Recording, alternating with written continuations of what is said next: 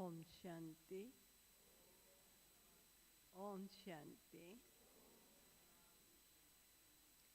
वे जब अंदर आ जाओ तो दरवाज़ा बंद करते हुए आए, कुंडी ना लगाओ, दोनों दरवाजे थोड़े बंद कर लो ताकि पीछे वालों को ज़्यादा हवा का असर होता है या आगे वालों को होता है। कुंडी नहीं लगाइएगा।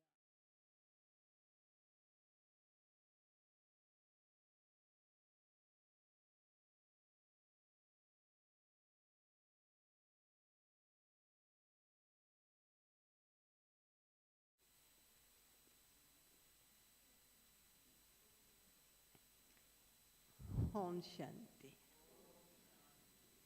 बहुत खुशी की बात है कि इतनी ठंडी में भी और आज सभी श्री राम जी के प्राण प्रतिष्ठा की तैयारी में बड़े जोरों से लगे हुए हैं, लेकिन हम ब्राह्मण बच्चे राम प्रतिमा की प्राण प्रतिष्ठा के लिए दाता हम बच्चों को यही बता रहे हैं कि मेरे बच्चे राम राज्य की स्थापना करने के लिए बैठे। आपका बैठना साधारण नहीं। माँ जिसने सितार हाथ में पकड़ी है, ये श्री कृष्ण की प्रतिमा है जो मुरली थामे हुए हैं। ये श्री राम जी की प्रतिमा है जो धनुष बाण अपने हाथ में पकड़े दृश्यों में दिखाए गए हैं। हर चित्र दिखा दिखा के भारत की संस्कृति से उन सबको अवगत कराया। और मैं ये आपको केवल बताने जा रही हूँ कि गवर्नमेंट ने वहाँ के लोगों को हर प्रकार की जो मनुष्य के जीवन में प्राप्ति होनी चाहिए, जो उसकी आवश्यकताएं होती हैं, सरकार ने उन्हें सब प्रकार की आवश्यकताएं दे। वैसे शुरुआत होती थी। हर चीज़ जो उन्हें ज़रूरत थी, गवर्नमेंट ने उनको हर चीज़ रहने के लिए, खाने के लिए, पहनने के लिए, पीने के लिए सब चीज़ें अवेलेबल की थी। लेकिन सब कुछ होने के बावजूद भी उनके चेहरे पर आप कभी खुशी नहीं देखे। जब हम वहाँ पर गए, सबका चेहरा ऐसे देखने में आता था कि कोई घटना घट गई है, पता नहीं क्या हो गया है, जो सब इतने उदास बैठे। सोचने की बात है, सब कुछ तो मिल रहा है, खाने को मिल रहा है, रहने को मिल रहा है, साधन मिल रहे हैं, ट्रांसपोर्ट भी जो बिल्कुल बुजुर्ग हो जाते थे 60 वर्ष की आयु में, चाहे वो ट्रेन में जाए चाहे वो बस में जाए, उनको सब फ्री साधन मिलते थे। सब कुछ सरकार ने दिया हुआ था, लेकिन फिर भी उनके चेहरे पर खुशी नहीं थी। क्या कारण होगा? और मैं समझती हूँ हमारे कारण सोचने से पहले ही वहाँ की सरकार ने शायद सोच लिया था कि कोई कारण तो है कि हम अपने लोगों को सब कुछ देते हैं लेकिन हमारे लोग खुश नहीं। और हमने भी यही चीज़ देखी। तो एक चीज़ की कमी थी, और वो कमी धर्म की या स्पिरिचुअलिटी, आध्यात्मिकता की थी। क्योंकि लोगों को उन्होंने धर्म को मानना या किसी मंदिर, चर्च, गुरुद्वारे कहीं जाना, गवर्नमेंट ने उसको बैन किया हुआ था। कोई नहीं जा सकता। और कोई भी किसी प्रकार के गुरु को, किसी प्रकार के क्रिश्चियनिटी के धर्म को या बुद्धिस्ट धर्म को या सिख या हिंदू, कोई भी धर्म को कोई नहीं मान सकता। लगभग 70 वर्षों से इस देश में धर्म को बंद किया हुआ था। सब कुछ लोगों को मिला, हर चीज़ उनको उपलब्ध हुई, लेकिन उनको धर्म या स्पिरिचुअलिटी नहीं थी। मुझे नहीं मालूम था जब मैं वहाँ गई, लेकिन पता चला कि गवर्नमेंट ने लोगों को थोड़ी थोड़ी धर्म की स्वतंत्रता दी।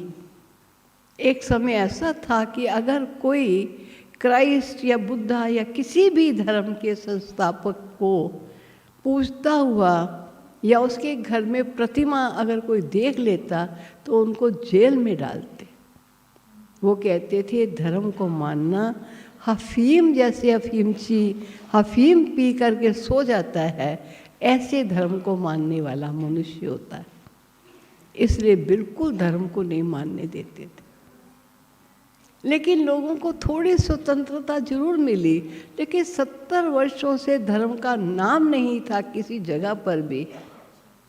अगर कहीं कोई फोटो होती थी, छील छील के उस जगह को साफ कर दिया जाता था ताकि चिन्ह भी लोगों को धर्म का दिखाई ना दे।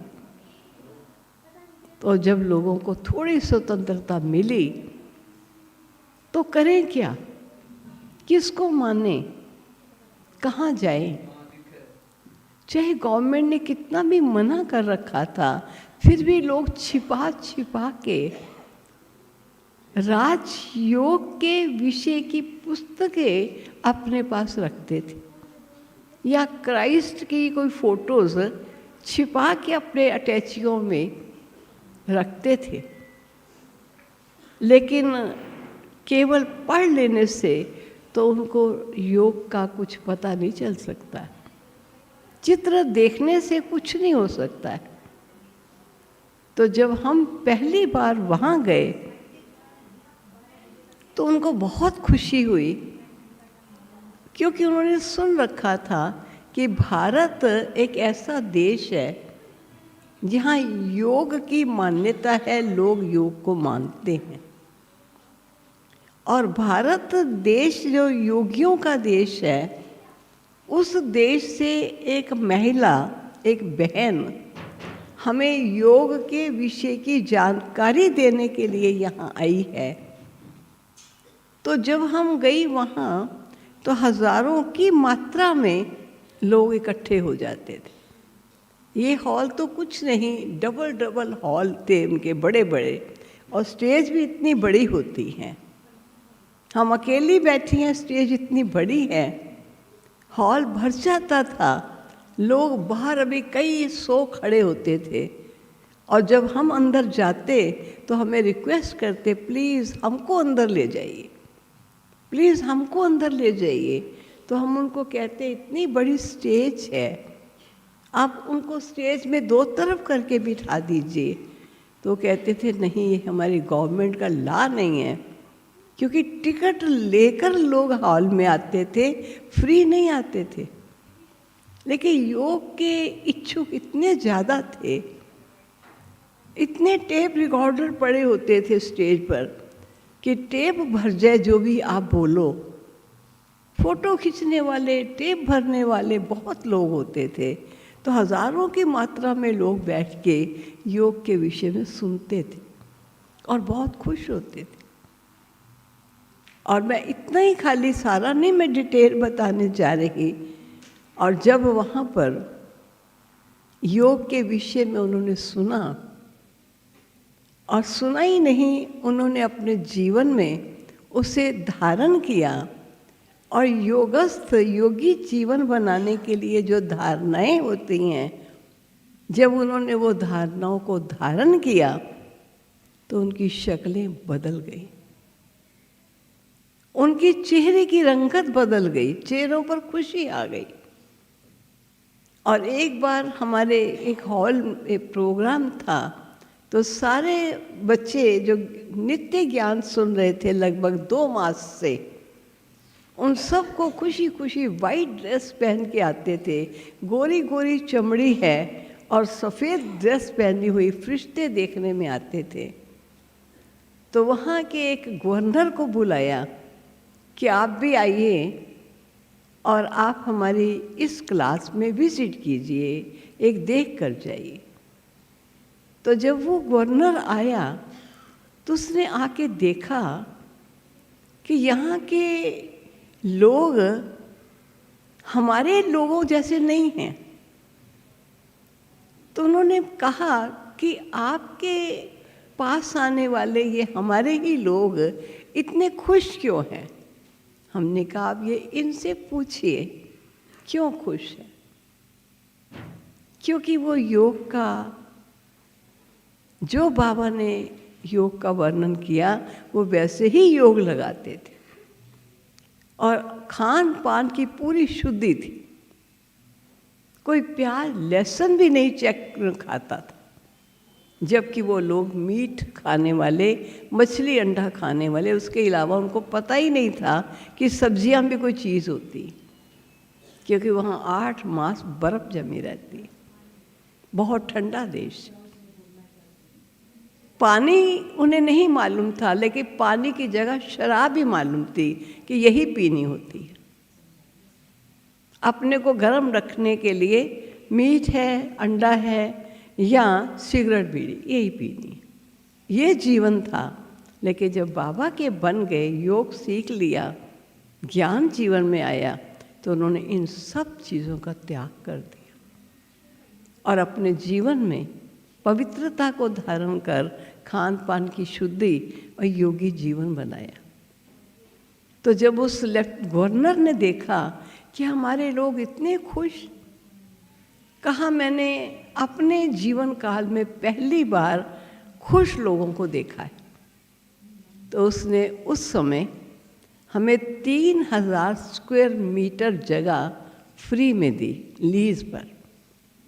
कहा ये ज़मीन मैं आपको देता हूँ, आप अपना परमानेंट स्थायी स्थान यहाँ बनाओ। और उस स्थान का नाम ही था उनका पहले से ही स्पिरिचुअल हिल, आध्यात्मिक पहाड़ी। ये उस जगह का उनका नाम था। तो उसने कहा यही स्थान मैं आपको देता हूँ। तो इस प्रकार प्यारे बाबा के सेंटर खुलने शुरू हो गए और आज वहाँ लगभग 70 सेंटर, सब सेंटर हैं रशिया और रशिया के आसपास के देशों में, जहाँ बाबा के बच्चे ज्ञान सुनते हैं, योग लगाते हैं और ईश्वरीय नियम और मर्यादाओं में चलते हैं। और लगभग जिससे हो सकता है, क्योंकि काफ़ी टिकट महंगी है, लाखों रुपया लग जाता है उनका, लेकिन फिर भी हर वर्ष लगभग 200, 300, 400 के अंदर मधुबन में जरूर आते हैं। हम अपने प्यारे बाबा के घर जाएंगे और बाबा के घर में बाबा के बच्चों को देखेंगे, बाबा के घर को देखेंगे, बाबा की याद की लगन में बैठेंगे। तो ये किसकी कमाल थी? ये कमाल थी प्यारे बाबा ने जो योग सिखाया। और आप सभी लगभग, मुझे नहीं मालूम कोई नए भी बैठे होंगे, लेकिन जो भी इस विद्यालय के विद्यार्थी हैं उन्हें मालूम है कि इस विद्यालय के 4 सब्जेक्ट्स हैं। एक जिसे ज्ञान कहते हैं, समझ मैं कौन हूँ, कहाँ से सृष्टि पर आए हैं, किस लिए सृष्टि पर आए हैं, क्या करने के लिए आए हैं, कहाँ वापस जाना है। ये सब बातों का ज्ञान ही तो यहाँ दिया जाता है। परमात्मा कौन है, उनके साथ हमारा संबंध क्या है, उनसे संबंध जोड़ने का तरीका क्या है, उनसे हमें क्या प्राप्तियां प्राप्त हो सकती हैं, ये सब बातें ही तो ज्ञान में समझाई जाती। ये सृष्टि क्या है, ये सृष्टि का चक्र कितने समय में एक चक्र पूरा होता है और कितने समय में फिर दूसरा चक्र प्रारंभ हो जाता है। चक्र में कैसे गिरावट आती है, कैसे फिर उन्नति हो जाती है। यही सृष्टि जो देव सृष्टि थी वो आसुरी सृष्टि बन गई और पुनः ये देव सृष्टि कैसे बनेगी, ये सब चीज़ें ही तो ज्ञान में बताई जाती। और योग दूसरा सब्जेक्ट है यहाँ का, ज्ञान समझ में आ गया, ज्ञान सागर की समझ मिल गई। अब दूसरी समझ है ज्ञान देने वाला कौन है, वो ज्ञान सागर कौन है। वो स्वयं सर्वशक्तिवान पिता परमात्मा के अलावा कोई भी ज्ञान सागर मनुष्य मात्र नहीं हो सकता, क्योंकि हर मनुष्य जन्म और पुनर्जन्म में आता है। मनुष्य अपने पूर्व जन्मों को तो छोड़ो, कुछ दिनों की बातें भी भूल जाता है और कल क्या होगा उसे नहीं मालूम। लेकिन परमात्मा तो तीनों कालों को जानने वाला है, तीनों लोकों को जानने वाला है। वह कौन है, उसका स्वरूप क्या है, उसके गुण क्या हैं, उनके कर्तव्य क्या हैं, वो करते क्या हैं, वो रहते कहाँ हैं, वो हमको देते क्या हैं, ये सब बातें ही तो बताई जाती हैं। और योग का मतलब ही है ऐसे परमात्मा से हम नाता कैसे जोड़े, संबंध कैसे जोड़े। और तीसरा सब्जेक्ट हमारा है धारणा। जो सुनो उसे सुनो नहीं, उसे जीवन में धारण करो। कोई भोजन खाए और भोजन पाचन शक्ति पचा ना सके तो भोजन खाने से लाभ नहीं होगा बल्कि हानि होगी, क्योंकि पच नहीं रहा, खा रहा है तो कहीं ना कहीं उसका नुकसान हो जाता है। तो शिव बाबा हम बच्चों को यही कहता है, ज्ञान योग के बाद उस ज्ञान की धारणा करनी होती है। जो ज्ञान सुना उसको जीवन में ग्रहण करो, ग्रहण करके अपने जीवन को ज्ञान जैसा अपना जीवन बना लो। और चौथा सब्जेक्ट है हमारा सेवा। आपने अगर अपने जीवन में कुछ पाया है तो आपका फर्ज बनता है जिस चीज़ को आपने पाया और आपने उसका सुख लिया है तो वो देन दूसरों को दो, उसे भी सुखी बनाओ। सारा विश्व जब भगवान की रचना है तो उसकी रचना हम बच्चे हैं। तो चाहे कोई किस भी धर्म को मानने वाला है, किसी भी जाति को मानने वाला है, किसी भी रूप रंग वाला है, लेकिन सब आत्मा परमात्मा की तो रचना है। तो ईश्वर की रचना को ईश्वर की पहचान देना और ईश्वर पिता से सबका संबंध जुड़वाना, ये हमारा चौथा सब्जेक्ट है, सेवा करना। तो ये इस विद्यालय का जो थोड़ा सा मैंने सार रूप सुनाया, अब आज जो मैं सुनाने के लिए बैठी हूँ, क्योंकि समय जल्दी जल्दी बीतता जाएगा, अभी प्रोग्राम भी होना है, तो मैं थोड़े में सुनाती हूँ कि हम जो योग लगाते हैं, एक होता है ईश्वर को याद करना, एक होता है ऐसी याद जिस याद से हमारे जन्म जन्म के किए हुए पाप, जिसके कारण हमको दुख, रोग और परेशानी होती है, वो किए हुए पापों का विनाश हो जाना। अब हमको वो योग सीखना है, क्योंकि जब हम ईश्वर को याद करते हैं तो प्रभु को याद रखने वाला पाप कर्म तो नहीं करेगा, पाप कर्मों से तो बच जाएगा, लेकिन किए हुए पाप कर्म, उसके दग्ध, उसके नाश कैसे होंगे, उसका भी तो तरीका आना चाहिए।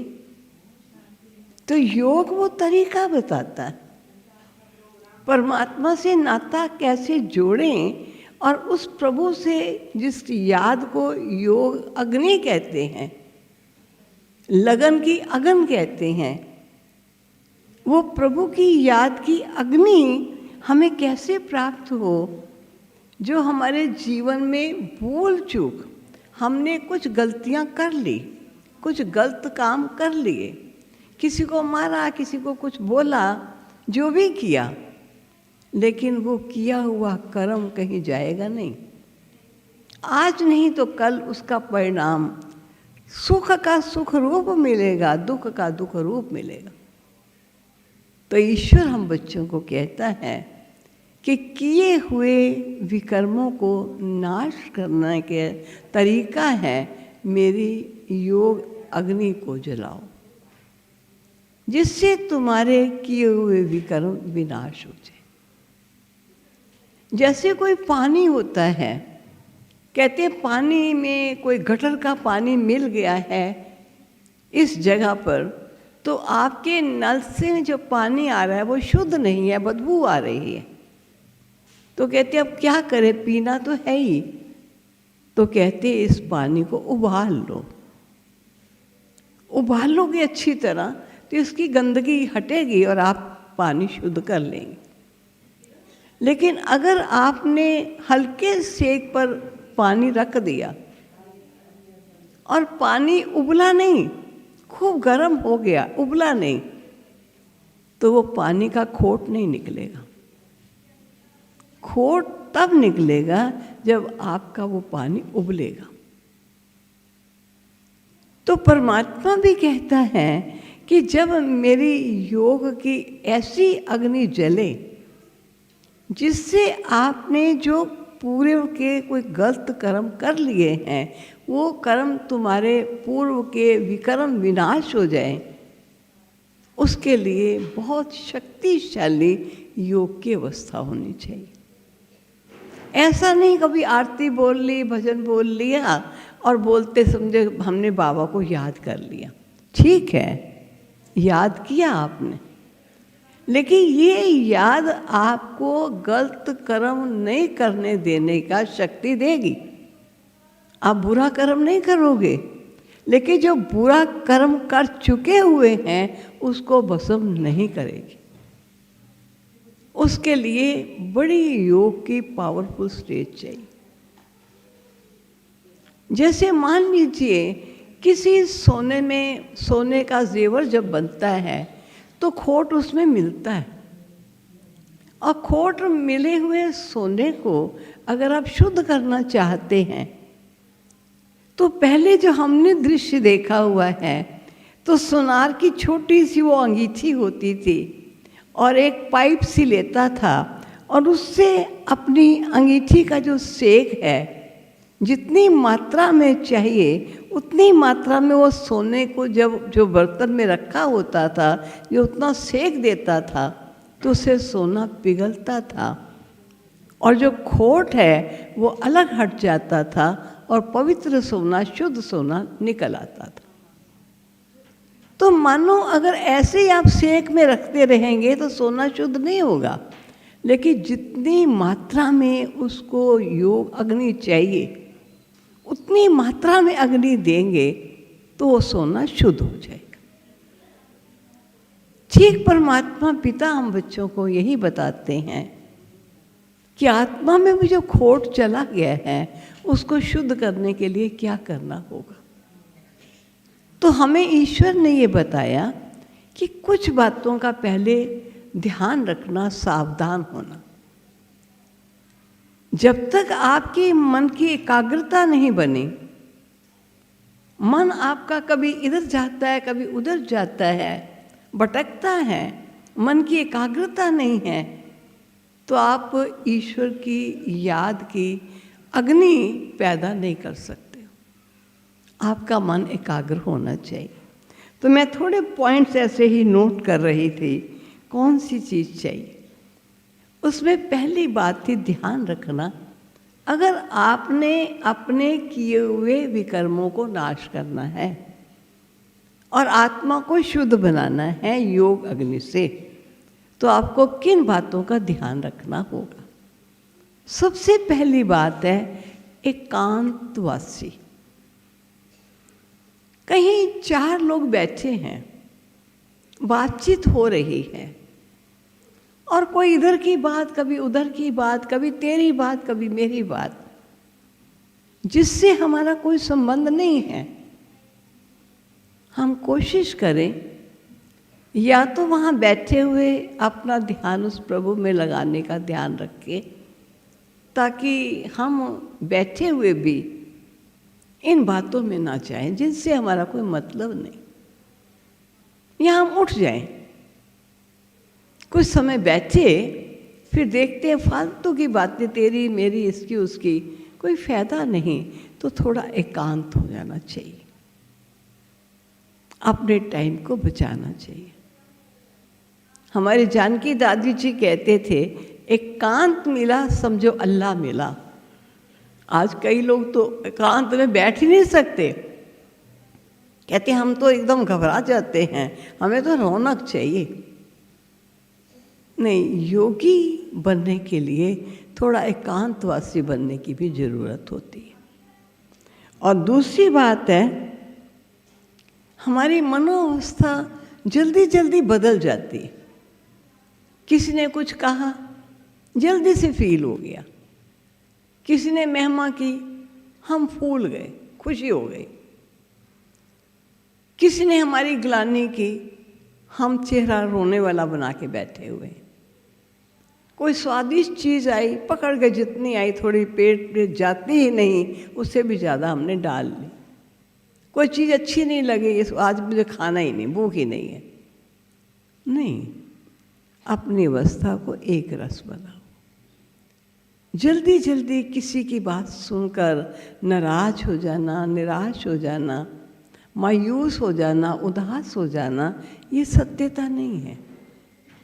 हर एक का अपना स्वभाव है, अपना बोलने का तरीका है। हम किसी के स्वभाव के वश क्यों हो जाए?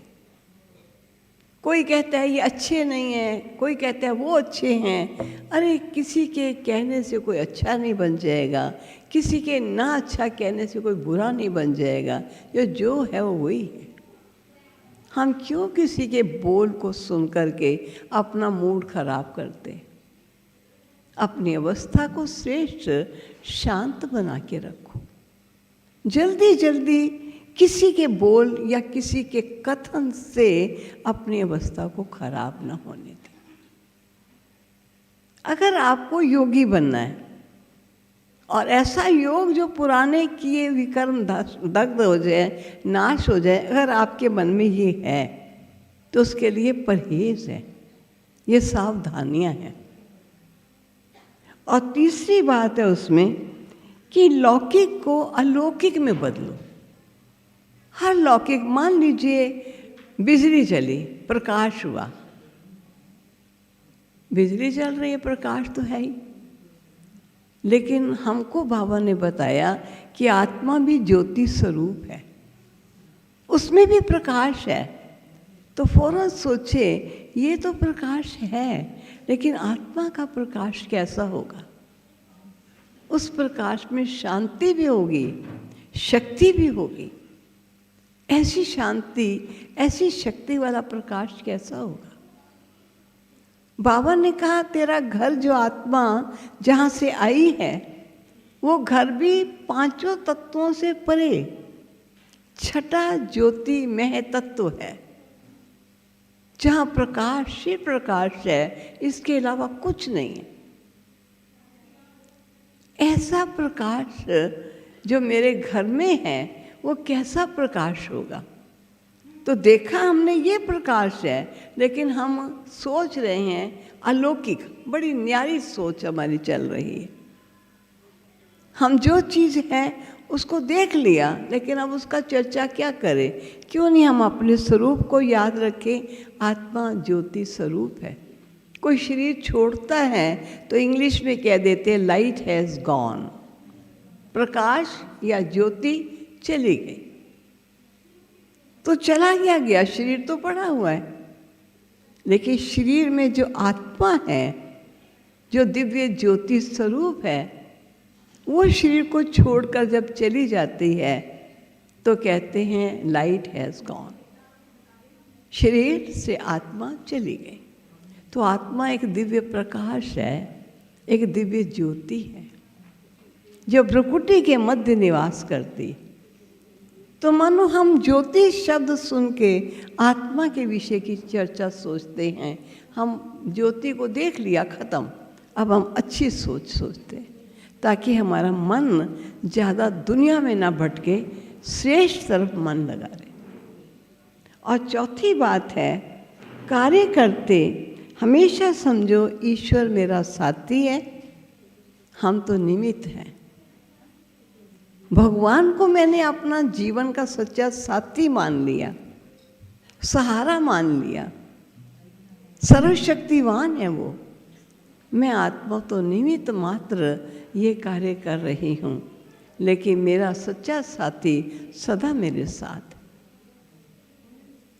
वो कभी मैं अपने को उस ईश्वर से जुदा न समझूं। खाना बना रहे हैं, ईश्वर मेरा साथी है, हाथ ये तो रोटी बेल रहे हैं या सब्जी काट रहे हैं, लेकिन ईश्वर मेरे साथ है, वो मेरे साथ सब्जी कटवा रहा है, रोटी बनवा रहा है। जैसे उसको सदा अपने साथ रखते हैं, उसको भूलते नहीं हैं किसी भी रूप से। इससे क्या होगा, मन हमारा इधर उधर जाने से बिखरा हुआ मन नहीं रहेगा, मन की एकाग्रता बन जाएगी। और नेक्स्ट है कि कोई भी बात देखने या सुनने से अपने को बचाओ जिसका आपको मतलब नहीं।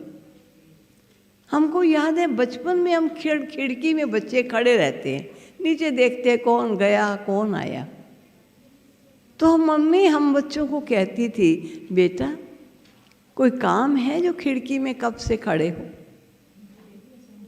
बिना काम के ऐसे खड़े रहना, झांकते रहना, ये दोष होता है। अब हमें मालूम नहीं था दोष किसको कहते हैं, लेकिन यही कहते थे दोष होता है, बिना मतलब के ऐसे नहीं झांकते रहते। तो ये भी हमारी कंसंट्रेशन, मानो कोई गया कोई आया, वो किसके यहाँ गया, वो कौन है, क्यों इन बातों में अपनी मन बुद्धि को लगाते हो? आपका मन बिखरा रहेगा, और अगर आप भगवान को याद करने बैठोगे आपका मन नहीं लगेगा, क्योंकि मन को बिखरने की आदत पड़ चुकी है। वो तो बार बार और तरफ चला जाएगा, क्योंकि क्या करें, मन बड़ा पापी है, ये टिकता नहीं है। हमने उसको टिकाया ही कहाँ है जो टिकेगा? हम तो उसको बिखेर के रखते हैं हर समय। तो बिखरा हुआ मन ईश्वर में एकाग्र हो जाए, वो हो नहीं पाता। तो कोशिश करें जो चीज़ देखने की नहीं है, जिससे हमारा मतलब नहीं, वहाँ मन को ना ले जाए, मन को वहाँ से हटाएं। और नेक्स्ट है, जहाँ प्रेम होता है तो वहाँ भी मन जाता है। अपने मन से पूछिए, हमें भगवान से प्रेम है? वो दुख हरता सुख करता है। अगर उससे प्रेम नहीं होगा तो जरूर दुख देने वालों से प्रेम होगा। परमात्मा बिगड़ी को बनाने वाला है, गिरे को उठाने वाला है। अगर उससे प्रेम नहीं है तो बिगड़ी बनाने वाला नहीं, बिगाड़ने वाले से प्रेम होगा, गिराने वाले से प्रेम होगा, क्योंकि बिगड़ी को बनाने वाला तो याद ही नहीं आता। तो ईश्वर हम बच्चों को कहता है, याद रखो मैं कौन? मैं बिगड़ी को बनाने वाला हूँ, मैं गिरे को उठाने वाला हूँ, मैं अबलाओं का भलवान हूँ। अगर कोई साधारण है, गरीब है, कमज़ोर है, मैं उसको शक्ति देने वाला हूँ।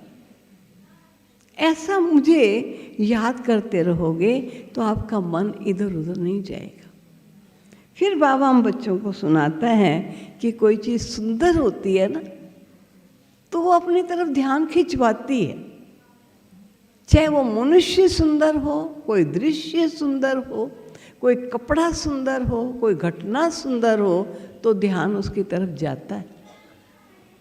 और शिव बाबा बच्चों को कहता है, मेरे लिए तो कहते हैं सत्यम शिवम सुंदरम, मैं सत्य हूँ, मैं कल्याण करने वाला हूँ, और मेरे जैसा सुंदर कौन होगा जिसका ना नाक बहे न गंदगी निकले, जो दिव्य प्रकाश दिव्य ज्योति है और सर्व का रक्षक सर्वशक्तिवान है। उस जैसा सुंदर कौन हो सकता है? तो ऐसे सुंदर की तरफ ध्यान जाए दुनिया का सौंदर्य तो आकर्षित करता है, अरे ये सुंदर तो बहुत है, लेकिन आज सुंदर है, कल पता नहीं किस समय मुरझा जाएगा। आज एक बहुत सुंदर है, कल वो बूढ़ा हो जाता है, झुर्रियाँ पड़ जाती हैं, रंग बदल जाता है, नैनक मुरझा जाते हैं। कहाँ गया वो सौंदर्य? एक सुंदर फूल है, बहुत सुंदर है, थोड़ा 1-2 दिन के बाद देखिए तो फूल झड़ रहा है, सौंदर्य मुरझा रहा है। दुनिया का सौंदर्य अविनाशी नहीं है, नाशवान है। और भगवान को कहते हैं सत्यम शिवम सुंदरम, वो सत्य है, वो कल्याणकारी है, वो सुंदर है। कहते सुंदर कौन? जिसके कर्म सुंदर, जिसमें गुण है। तो परमात्मा को गुणों का सागर कहते हैं। परमात्मा को श्रेष्ठ श्रेष्ठ कर्म कराने वाला सुखकारी है, तो उससे बढ़कर सुंदर कौन हो सकता है? और फिर नेक्स्ट है कि कोई भी बात हो जाए तो हमें कोई लक्ष्य अपने जीवन में बनाना चाहिए कि मुझे कुछ करके दिखाना है। कुछ भी करें, मुझे कुछ करके दिखाना है। अब कईयों ने माउंट एवरेस्ट की चोटी पर चढ़े, लेकिन बचपन से ही था हम चोटी पर जाना है, मुझे चोटी पर जाना है। वो एक दिन चोटी पर चढ़ जाते हैं। एक बच्ची है हमारे यहाँ, वो अपने बालों से ट्रक को खींच लेती है, अपनी बालों से ट्रेन को खींच लेती है, शिप को, जहाज को खींच लेती है। तो वो सुनाती है कि मैं गांव की रहने वाली थी, मेरी दादी मेरे भैया को तो मक्खन दूध सब खिलाती थी, लेकिन मुझे इतना नहीं देती थी, जबकि मुझे बहुत अच्छा लगता था, भैया को इतना अच्छा नहीं लगता था। लेकिन बेटा है और मैं लड़की हूँ तो मुझे नहीं खिलाती थी, उसको खिलाती थी।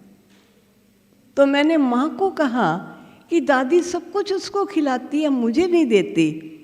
तो माँ ने बच्ची को प्यार से कहा कि लड़कियों को भगवान वहाँ से खिला के नीचे भेजता है, उनके अंदर शक्ति होती है, और लड़के कमज़ोर होते हैं तो उनको यहाँ खिला के बहादुर बनाते हैं।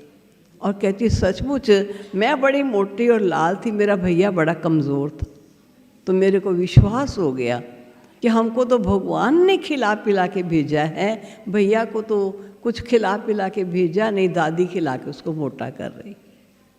तो मैं तो बड़ी बहादुर हूँ, भगवान ने मुझे खिला के भेजा, और मैंने ऐसा अपने को बलवान समझा। तो मैं कहती थी मैं क्या नहीं कर सकती। सेवा केंद्र का एक मकान बन रहा था, तो सेवा केंद्र में आ गई, तो कहा सब 4-4 ईंटें, 2-2 ईंटें या 6-6 ईंटें भी सिर पर रख के मजदूर लोग जा रहे थे, क्योंकि ईंटें ढोनी थी। कहती मैंने पहले तो 6-8 ढोई, फिर मैंने कहा ये कहाँ तक करूँगी, तो मैंने छोटी सी गाड़ी बना ली, अपने आप ही घर के लगा के पहिए वहिए, और गाड़ी में ढेर ईंटें भर के खींच के ले जाती थी। जो 6 जिन्हें नहीं ले जा सकते थे, मैं अकेली वो ईंटें लेके जाती थी। और धीरे धीरे मेरे अंदर आया कि मेरे अंदर तो भगवान ने शक्ति भरी है। तो मैं आज ट्रक इतना बड़ा होता है, वो किसी जगह पर आई थी, तो वहाँ सब ने कहा हम देखें कैसे ट्रक खींचती है।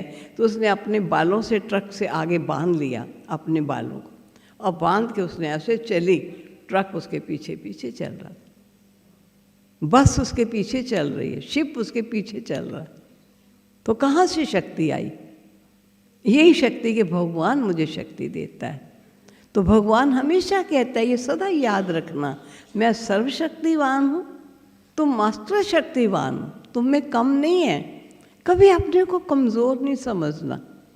हम भगवान के बच्चे हैं, सर्वशक्तिवान के बच्चे हैं, सर्वशक्तिवान शांति का सागर। और हम कहें जी मुझे तो शांति नहीं। अगर वो शांति का सागर है तो मेरे अंदर शांति है। कोई मुझे अशांत करने की कोशिश करे, मैं अशांत नहीं हो सकती, मेरे अंदर शांति है। कोई मेरे से नफरत करे, घृणा करे, कैसा भी करे, लेकिन मैं सबके लिए प्रेम करूंगी, क्योंकि मैं तो प्रेम का स्वरूप हूँ। मैं प्रेम के सागर की संतान। जब ऐसी अंदर से भावनाएं आती हैं तो ईश्वर ने आकर हम बच्चों को ये याद दिलाया कि बच्चे याद रख, मैं परमात्मा हूँ तो आत्मा है, और आत्मा में वही शक्तियाँ हैं जो परमात्मा में हैं। परमात्मा की शक्तियाँ स्थायी हैं, लेकिन आत्मा अपने आप को आत्मा भूल जाती है, देह समझती है। तो कभी मैं छोटा हूँ, कभी मैं बड़ा हूँ, कभी मैं स्त्री हूँ, कभी मैं कमज़ोर हूँ। इन भावनाओं में जब आ जाती है तो उसकी शक्ति क्षीण हो जाती है। अगर मैं शांति का सागर हूँ तो मेरे बच्चे शांत स्वरूप हैं। आप देखो, कोई हमको शांत कहता है, कहते उसने ऐसा बोला तो मेरे को बड़ी शांति हो गई। भी अशांत उसने थोड़े किया आपको, आपने उसके गलत बोल को स्वीकार कर लिया कि उसने मुझे कहा। मैं आपको गला सड़ा फल दे दूं तो आप कहेंगे इन्होंने दिया इसलिए मैंने खाना है, खा लिया। गला सड़ा फल है, आप चलो ले भी लेंगे, लेके कूड़े के डब्बे में डालेंगे, ये खाने वाला थोड़ी। कीड़े झुंड रहे हैं उसके अंदर, मैं कैसे खाऊंगी? कहते उसने मुझे ऐसा कड़वा बोला, उसने बोला तो आपने स्वीकार क्यों कर लिया? उसने लिटा के तो नहीं आपके मुंह में डाला, कुछ स्थूल चीज तो नहीं थी। उसने कह दिया, आप तो बड़े अपने आप को बड़ा समझने वाले, बड़े लालची हो। बस अंदर से आया, मैं इतना दान करने वाला, मैं इतना पुण्य करने वाला, मुझे उन्होंने लालची कैसे कह दिया? कह दिया तो आपका क्या गया, आप ना स्वीकार करो, क्योंकि मैं तो शांत स्वरूप हूँ। परमात्मा तो प्रेम का सागर है, और परमात्मा की संतान तो प्रेम रूप है। अब किसी ने मुझे प्रेम नहीं दिया तो मैं कोई भिखारी तो नहीं हूं कि मुझे दे तो मेरा पेट भरे, नहीं दे तो मैं भूखा मरूं। मैं तो हूं ही प्रेम स्वरूप, क्योंकि मैं तो भगवान का पुत्र हूं। किसी ने नहीं दिया तो वो नहीं होगा, उसके पास इतना ही होगा जो दो चार को देता है, सबको नहीं दे पाता, उसके पास है ही नहीं। तो जबरन तो नहीं मैं उससे ले सकती, मैं क्यों मांगू? तो ईश्वर हम बच्चों को ये सिखाता है कि जब तेरे मन में ऐसी ज्ञान की भावनाएं अच्छी हर समय घूमेंगी, तब तेरा योग लग सकेगा मेरे से। बाकी तो चाहे कि मैं भगवान को याद करूं, भगवान को तो आरती करता रहे, पूजा करता रहे, पाठ करता रहे, लेकिन तेरी मनोस्थिति में न शांति है, न प्रेम है, न आनंद है, न सुख है, और तू कहे कि मुझे सुख चाहिए, मुझे शांति चाहिए। दाता कहते हैं तुझे कौन देगा? तू तो दाता का पुत्र है, तेरे पिता के पास खजाने हैं, और तू पुत्र होके मांगता है कि मुझे शांति कोई दे। चलो पहाड़ों पर चलते हैं, वहाँ शांति हो जाएगी, मंदिर में चलते हैं, वहाँ शांति हो जाएगी, किसी प्रकार कोई अच्छी बातें सुने, वहाँ शांति हो जाएगी। शांति कहीं रखी हुई चीज़ नहीं है, शांति तो आपका अपना स्वभाव है। आप अपने स्वभाव को भूल करके औरों से मांगते रहते हो। आप याद तो करो, आप शांति दाता के बच्चे, मैं तो शांत स्वरूप हूँ। आपकी शांति कौन ले सकता है? कहते उसने मेरी शांति ली। क्यों ली?